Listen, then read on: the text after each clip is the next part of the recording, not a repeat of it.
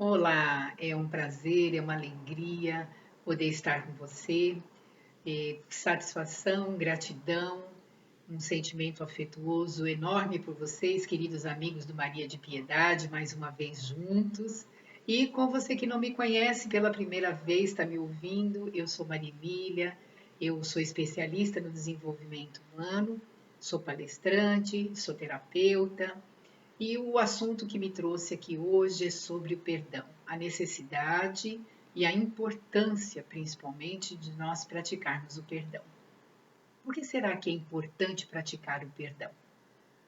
Erroneamente, temos aprendido que perdoar o outro, praticar o perdão, é esquecer a falta que o outro cometeu, ou é corroborar com o crime que ele cometeu, o desatino ou a injustiça que ele tenha cometido. E perdoar, na verdade, é um ato pessoal, é uma escolha pessoal de libertação de si mesmo.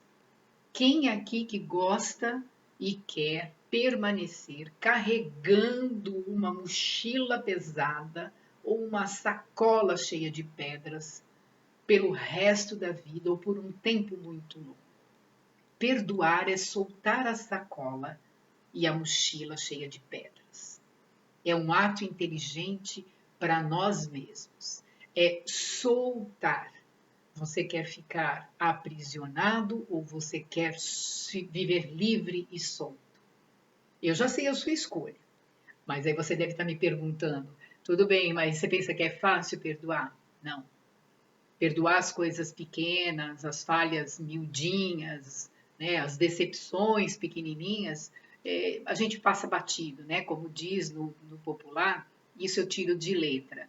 Mas eu estou falando realmente a necessidade de nós soltarmos e nos libertarmos e empreendermos um caminho de perdão para nos libertar de algo que nós não precisamos. Nós não merecemos isso. Até porque quando você não perdoa, você, além de carregar pedras nas costas, nas mãos, mochila, peso, viver a vida inteira pensando em como que aquela pessoa teve a capacidade de fazer aquilo, de que jeito que eu posso, eu quero que ele se dê mal, enfim, uma ideia fixa, uma prisão do seu mundo pessoal, a sua vida real, ela passa ao largo, você não a vive porque você vive aprisionado. Talvez isso não esteja ocorrendo com você, mas esteja ocorrendo com alguém que você ama muito e que sabe que foi ferido, foi magoado, foi violentado no mais profundo de si e ele não consegue uma outra reação que não seja essa, né? Algumas informações, algum conteúdo é muito importante para nós ganharmos força, coragem e determinação para soltarmos a mágoa, a ofensa, o ressentimento, o ódio, a ira e até o desejo de vingança. Vocês viram que foi numa progressão, porque normalmente quando nós carregamos e nos aprisionamos com o primeiro ressentimento, a primeira mágoa, e trabalhamos com a dor desta forma, nós vamos num crescente até o ato de vingança propriamente dito, ou uma derrocada íntima para um estado lamentável de depressão e de inapetência para a própria vida. É uma desilusão tão profunda que a pessoa passa a não viver. Ou ela passa a não viver e se acomoda numa situação de inaptidão para a própria vida, ou ela sai e vai viver a vida sempre procurando aquele que é culpado, que é o culpado pelo seu estado íntimo. E é por isso que é importante para nós próprios, o perdão. O perdão nunca é para o outro. E aqui existe o primeiro equívoco. Nós ainda temos na nossa constituição cerebral, nas nossas crenças e pensamentos, a ideia de que perdoar é esquecer e apagar a falta do outro. E perdoar não é isso. Perdoar é se libertar do rancor, da mágoa, do sentimento que aquele ato insano, até odiento do outro, lhe causou. E isso nós temos condição de escolher. O ato, a atitude que ele teve diante da vida vai ter consequências, ele vai ser obrigado a se defrontar com as atitudes errôneas dele, ele vai ser obrigado a se deparar com a necessidade de ressarcir a própria consciência do erro que ele cometeu. Mas não seremos nós os artífices disso. Nenhum de nós tem o direito e a autoridade moral para fazer a justiça com as próprias mãos. E toda vez que nós, os seres humanos, nos colocamos como justiceiros, nós nos igualamos ao outro, que foi quem cometeu o primeiro delito, o primeiro crime, nos igualamos a ele e ficamos na mesma situação. Naquela situação que nós hoje recriminamos. Outra coisa, nenhuma atitude de condenação ou de punição ao indivíduo que cometeu o crime, o desatino ou a injustiça vai trazer de volta aquilo que você perdeu ou aquilo que lhe foi tirado. Só isso já bastaria para você compreender a extensão do nosso poder. O nosso poder real é só conosco, no nosso mundo. Mas como eu vou fazer isso, Maria Emília? Se o outro não tem esse direito. Não, ele não tem esse direito.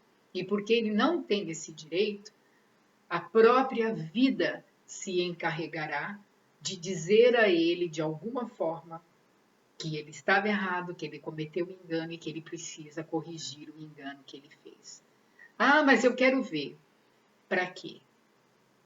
Para lavar a sua honra, como nós já fizemos no passado? Para não levar desavença para casa, nem desforra? Para impedir o agressor de fazer de novo, como se nós tivéssemos essa autonomia?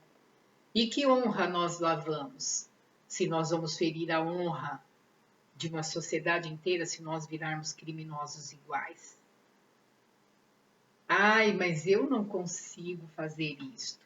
Então está na hora de repensar quais são os conceitos que você carrega sobre a própria vida. Não é? E aqui eu quero colocar um conceito, uma revisão de conceito. Deus não é parcial. Deus é imparcial.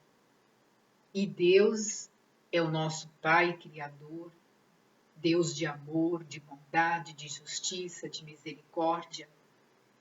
E se somos filhos de Deus, são as leis de Deus que devem reger o nosso comportamento, a nossa ação, para que nós também possamos expressar nas nossas atitudes a nossa divindade, porque somos a imagem e a semelhança de Deus.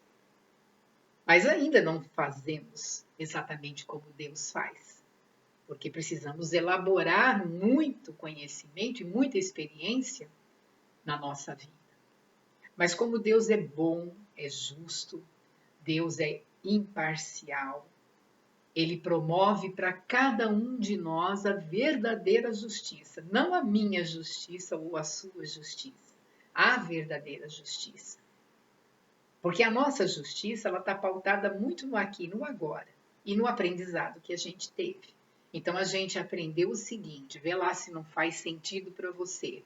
Há bem pouco tempo atrás, ou ainda até hoje, você olha para aquele que é o agressor, para aquele que comete o crime, que não seja você e que não seja ninguém do seu rol pequeno de afetividade, você olha para ele, você aponta o erro que ele está cometendo, você julga o erro que ele está cometendo, você condena aquela criatura e depois você pune aquela criatura. Nós fazemos isso Sejamos verdadeiros conosco mesmo. Quando é para o lado de fora, quando é para olhar o outro que ele está fazendo coisas erradas, nós fazemos exatamente isso. Quando é conosco ou com alguém da nossa família, nós somos totalmente parciais. Nós olhamos e falamos assim, dá para dar uma escondidinha. A gente procura esconder, procura abafar, procura negar o erro, o desatino de alguém, que seja ou eu ou alguém da minha família, alguém do meu rol de amizade. Quando a gente faz isso, olha que coisa interessante. Eu não julgo, eu procuro justificativas para explicar aquela atitude. Né? Ai, ele fez isso por causa disso, disso, disso. Então não é mais um erro. Há um comportamento, é uma atitude com justificativas. E como eu justifico, como existe justificativa para aquela atitude, eu inocento e eu esqueço. É por isso que nós não podemos ser juízes de ninguém, nem mesmo de nós. E aqui mora um pouco da nossa reflexão, não só na necessidade do perdão ao outro, como a necessidade do perdão a nós. Porque da mesma maneira que eu julgo essas pessoas desta forma, né, apontando o erro, julgando o erro, condenando e depois punindo, num determinado momento, como essa estrutura é uma estrutura muito grande em nós, nós podemos cometer o mesmo desatino de comportamento com essas 4 etapas para conosco mesmo. Quantas pessoas não estão se maltratando, se julgando e se condenando por erros que elas cometeram no passado? E eu não estou falando de erros pequenos, porque erros pequenos, eles nunca nos levam para esse patamar que nós estamos conversando. Estou falando de erros graves, erros que lá atrás passaram-se desapercebidos. Lá atrás não tinha o que fazer, lá atrás foi feito daquela forma. Mas hoje, esse eu que está aqui, o eu de hoje, maduro, mas com esse sistema de raciocínio, de julgamento, de juiz e crítico severo, se transforma intimamente num juiz severo de si mesmo e condena, julga e pune alguém que mora aqui dentro, que cometeu um desatino lá atrás. Vou tornar isso um pouco mais claro usando a minha própria experiência. Eu, Maria Emília, com 62 anos, aqui hoje, com toda a minha sabedoria, com toda a minha experiência de vida, com tudo que eu sei hoje, falo, nossa, se eu soubesse tudo isso quando eu tinha 20 anos, seria muito diferente. E aí, de repente, alguma coisa aqui fora, alguma circunstância aqui,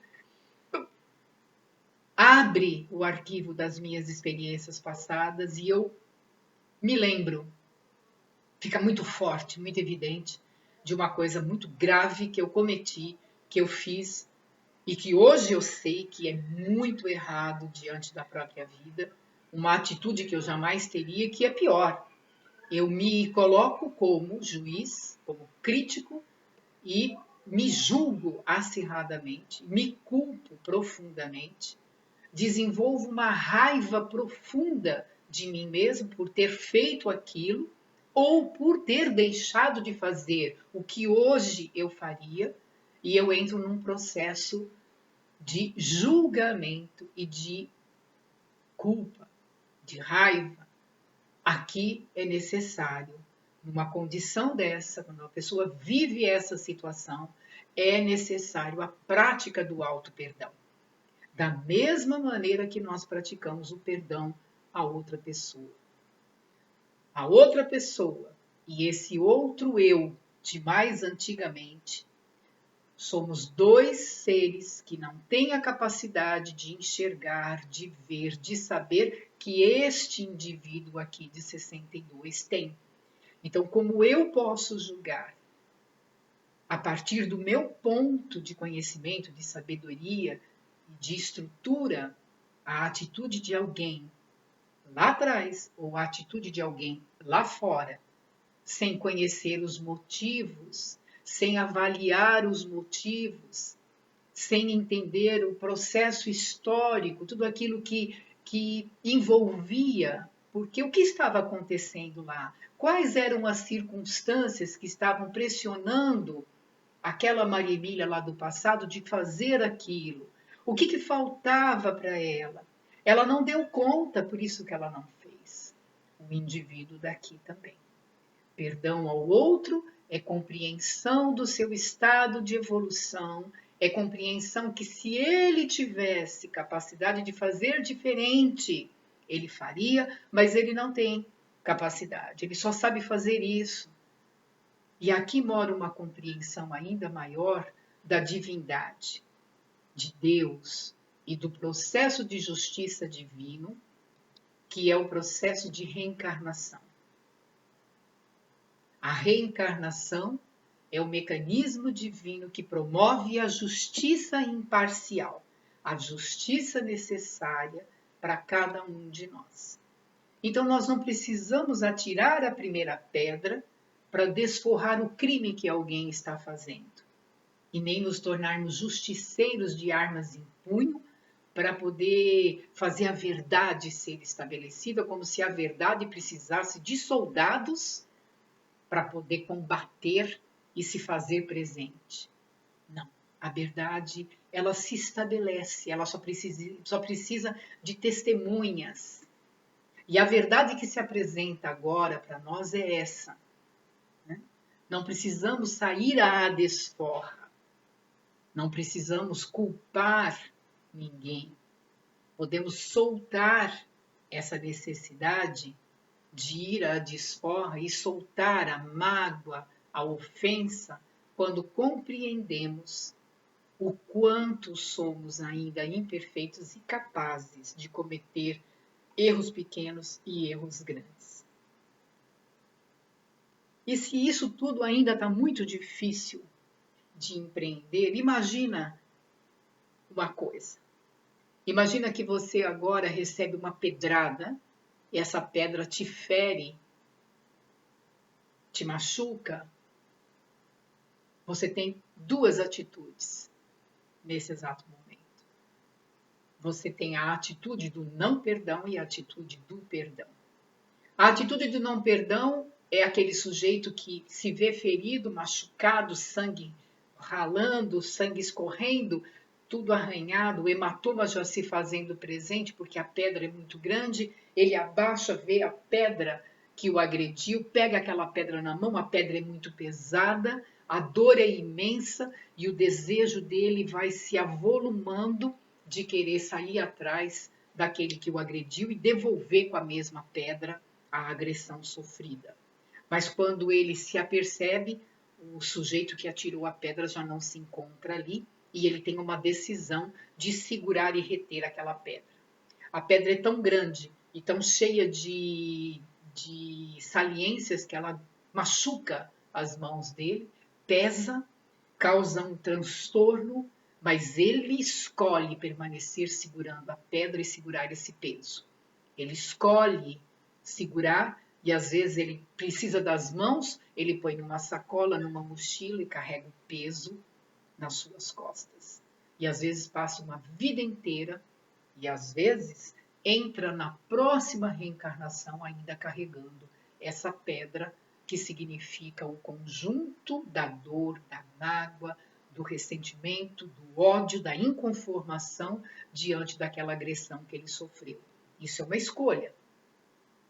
Ou ele escolhe nem olhar para a pedra já caiu, mas fazer o seu curativo porque a dor é grande, o machucado existe, precisa colocar unguento, pomadas, medicamento, precisa se refazer porque a pancada foi forte, mas ele escolhe não carregar a pedra, ele escolhe seguir a vida, ele escolhe continuar caminhando em direção aos seus próprios objetivos. Ele escolhe estar com leveza, apesar de machucado. O perdão é essa atitude. Você tem a marca, você tem a experiência, você tem a parcela de dor que aquilo lhe causou, mas você põe o remédio necessário, você até pode ficar com uma cicatriz ou outra, mas a sua atenção está totalmente voltada para a tua continuidade de vida, enquanto o outro caminha na vida com o peso da pedra, com o peso da dor, e isso vai ampliando, porque a pedra pesa diariamente. Se você carrega uma pedra grande por 10 horas é uma coisa, se você continua carregando por 20 horas é outra coisa, se você carrega por 20 anos é outra coisa maior ainda. Então, você não se beneficia. E cadê o agressor? Nem para um lado, nem para o outro. Cadê aquilo que lhe roubaram? Aquilo que lhe tiraram? Também não. Então é uma questão de escolha. Você prefere viver a vida carregando pedras? Ou você prefere deixá-las no caminho e seguir a sua vida curando as suas feridas para que elas apenas sejam uma marca de uma experiência que te trouxe a certeza da sua capacidade íntima de superar uma agressão, uma violência e principalmente confiar na própria vida e em Deus, que insere a sua lei na sua consciência como insere a sua lei na consciência do outro. E a consciência vai aonde você for, da mesma maneira que a consciência do outro vai aonde ele for. E quando a sua consciência pesa porque você cometeu algum desatino, ocorre isso que ocorreu quando a gente olha para dentro e reconhece um erro do passado. Aqui também há que haver perdão, porque também no meu mundo íntimo eu posso ter duas escolhas. Uma, cair na vitimez, permitindo que a dor se apodere, permitir que a culpa se apodere, enquanto a voz interna de um juiz e de um crítico severo te lembra a todo minuto aquilo que você fez e que você não devia ter feito, ou aquilo que você fez, ou aquilo que você deixou de fazer. E esse crítico, ele é quase que um inimigo íntimo, que te mina as forças e você se entrega a uma culpa profunda, uma raiva de você mesma, de você mesmo, até um quadro mais grave de depressão e até mesmo podendo chegar às raias de um suicídio, porque a pessoa não aguenta enfrentar essa situação. Nesse momento, da mesma maneira que nós estamos procurando colocar um outro olhar, um outro entendimento sobre quem é aquele outro lá de fora e sobre todas essas ideias que ainda nos movem a ter comportamentos de vingadores, nós também podemos trazer para esta voz interna crítica, julgadora, uma docilidade, e essa voz pode trabalhar a nosso favor. Troque a voz do crítico e do juiz interno por uma voz de conselheiro, de acolhedor, de um conselheiro e um conciliador, melhor dizendo. Um conciliador e um conselheiro. O papel de um juiz e de um crítico nós já sabemos e conhecemos. Qual é o papel de um conselheiro e um conciliador? É estabelecer um acordo, é estabelecer uma conciliação entre a pessoa de hoje e a pessoa de ontem. Olha que legal isso, olha que interessante isso. E isso é profundo, né? A pessoa de hoje é a melhor pessoa que pode fazer o trabalho de conciliação, desde que ela cale a voz do crítico. Pare de julgar aos moldes antigos, com a necessidade de punir, de julgar e de condenar, mas acolha a parte interna, a tua parte menor, a parte mais antiga, acolha bem perto de você e diz a ela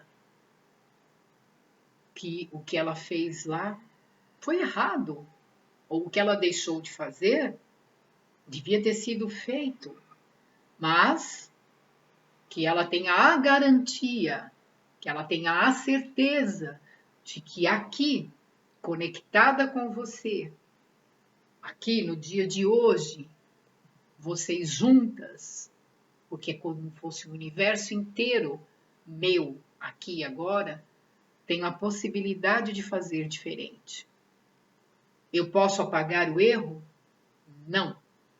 Eu posso entender que naquele momento aquela criatura, aquela Maria Emília, só fez aquilo.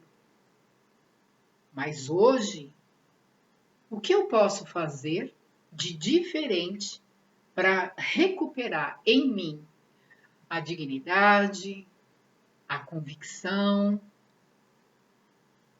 e tudo aquilo que eu preciso e que é importante? A coragem, a fé e a certeza da possibilidade de continuidade. Porque se eu acredito nesse Deus imparcial, justo, bom e misericordioso, esse Deus há que querer que eu me liberte das pedras e dos pesos de qualquer experiência negativa, destrutiva, interna ou externa, que eu me desligue daquilo que é um comportamento, tanto de alguém que mora fora, como de um comportamento meu, de ontem ou de anos atrás, e estabeleça um outro roteiro mais leve, porque a mágoa, o rancor, o ódio, ele me aprisiona e ele pesa. Já a possibilidade de refazer o caminho, de recuperar o erro, de reavaliar o erro e a possibilidade de saber que se eu ainda aqui e agora não encontro força suficiente para fazer de novo, para recuperar de novo, eu posso a partir de hoje buscar instrumentos e ferramentas, buscar informação e conteúdo, buscar apoio que eu necessito para poder fazer o trabalho que me compete, para elaborar o trabalho que me compete. Como vítima, me sentindo culpada, eu não encontro forças de reparação porque eu me encontro como vítima. Aqui centrada com a possibilidade de conciliar todas essas emoções, eu amplio a possibilidade, eu abro a possibilidade para ser protagonista das minhas realizações.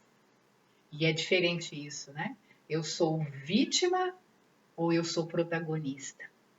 Se for com o outro, eu sou o algoz ou continuo protagonista da minha vida, da minha existência? Independente do que ele vai fazer com ele, independente do que ele está fazendo na vida, porque muitas vezes você está carregando pedras há anos e o sujeito responsável por lhe ter atirado as pedras e permanecido você no estado em que você está há anos-luz distante de você, sentado na beira de uma estrada, na cadeira de um bar qualquer, tomando uma cerveja gelada e nem lembrando mais de você. Não é? Só por isso vale a pena repensar a importância do perdão para você e a importância do auto-perdão para você galgar, para você subir os degraus da sua evolução como protagonista dela, como alguém que empreende a sua jornada, sabendo que todos nós somos filhos de Deus, que você, eu e todos os outros que estamos aqui no planeta Terra somos espíritos imperfeitos. Essa é uma verdade que nos chega através de uma doutrina filosófica chamada Espiritismo e que abre um leque de possibilidades novas, de mudança de raciocínio, de crenças arejadas, possibilitadoras da nossa jornada mais leve, mais tranquila, porque traz um Deus mais justo, traz a certeza da nossa imortalidade, traz a certeza de que todos nós, independentes de como estamos nos comportando hoje, não somos o nosso comportamento, nós somos espíritos que ainda nos comportamos dessa maneira até animalesca, mas a nossa essência é divina. Nossa, isso é importantíssimo, abre um leque de possibilidades.